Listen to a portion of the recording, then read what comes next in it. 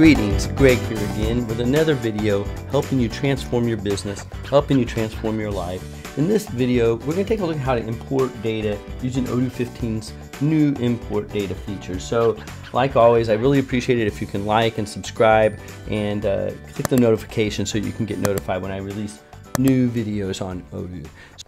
So one of the things I really like to use when I'm working with data, and this comes from a lot of experience, is you want a way to get test data quickly and be able to either bring it from a system that you're already working with, or if you're working on applications, bring test data in. And Mockaroo is a great tool for that. So you can just go to mockaroo.com and you get 1,000 records for free that you don't even have to pay for.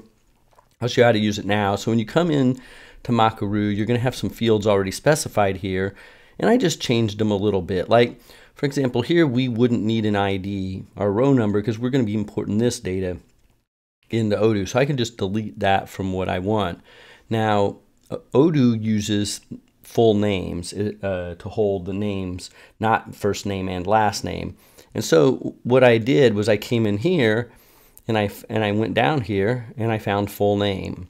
When I hit full name, that means that this is that type. So Mockaroo lets you have a lot of things, and I have a random phone number it's going to pull. It's going to pull us a random city, a random state, the postal code, and notice I have country here. Now, I had added this extra field, and I wanted to show how we could have, for example, notes, and just come down here and look at that. There's some even random, all this random data we could use. So that's really what Mockaroo is going to do, is if we wanted like a fake company name, for example, so I could say company here and then maybe move it up like that. And we'll see if there's a place, when we go to import that, how we handle that. And then we have a country. It did by default, but we could come in here, and what I wanted to show you was we could have, for example, if we keep scrolling down, our street name here. So let's go ahead and do that one. So we can say street, and move that up. And we can put these in the order we want for export. Not that Odoo really cares. And we've got our country, and I did want to do one with just like a notes. Randomly words, just choose random words. So this will just take random words and put it in the notes, but what it lets us do is test our export. And you can see that we can see words at least 10, but no more than 20. We could say no more than 5, but no more than 40.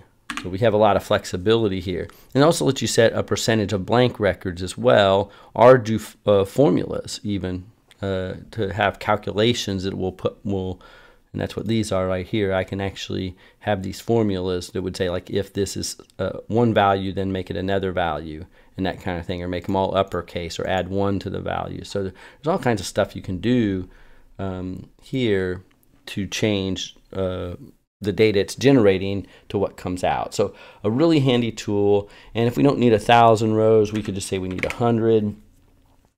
And I think that will get us what we want. There's one more I wanted to do, and that was the website link. So I can come in here, and that was another one that was in this list, is a website, like a website link, a URL. So it'll generate that. And we'll see how that works for us. And then we just hit download data, and it's going to generate now that data set that we can import into Odoo as a test import. So just a little handy tip with this tool. Hopefully you'll find that helpful to you. And so here's our mock data ready to go. I'll take it a second to download, but now I can click on it and take a look at it in Excel just to kind of get an idea of what it gave us here. So you can see there's the website piece, and it looks like it makes a really long stuff. Notes, there's our countries, postal codes. And it looks like the postal codes, it left quite a few blank. So I'm kind of curious, did I set that to do that? And then the rest. So I'll bounce back. I didn't mean to set that many blank. Postal codes, it says 0% blank there, so I don't know why we didn't get them, but I'm not going to worry about it for now. But you can see that this is a handy tool to generate some test data here that we can now import into Odoo. And we'll also see what happens when maybe some things don't match up with our many-to-ones. we have import records. And so now when we choose import records, we'll choose upload to file. And I can come here and choose our mock data. And it's going to read that data file in.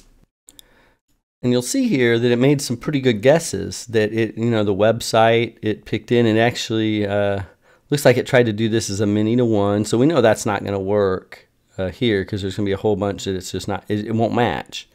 And you can see that the notes here, it found a label, and that's a common HTML. So that'll probably work. Country is a many to one, which we want. And postal code, you'll see this didn't match, so it couldn't find the zip in Odoo. So let's go ahead and we'll specify the zip code here. I can actually type it. It'll make it easier for us, like that. So what was postal code becomes zip when we import that. And so all these others it found, but it didn't find name, because this was full name. So as you might suspect, we are going to say name. Now, let's go ahead and try to do a test import, and you'll see that this is going to blow up on us big time. And it'll probably be and then this one too, what'll be interesting is, since this is a many to one, it wants to create a new company for this. You'll see how we can manage this actually and actually create these. So let's go ahead and test, and you'll see that we're going to get quite a few errors, because all these many to ones are at least going to break in one way or another.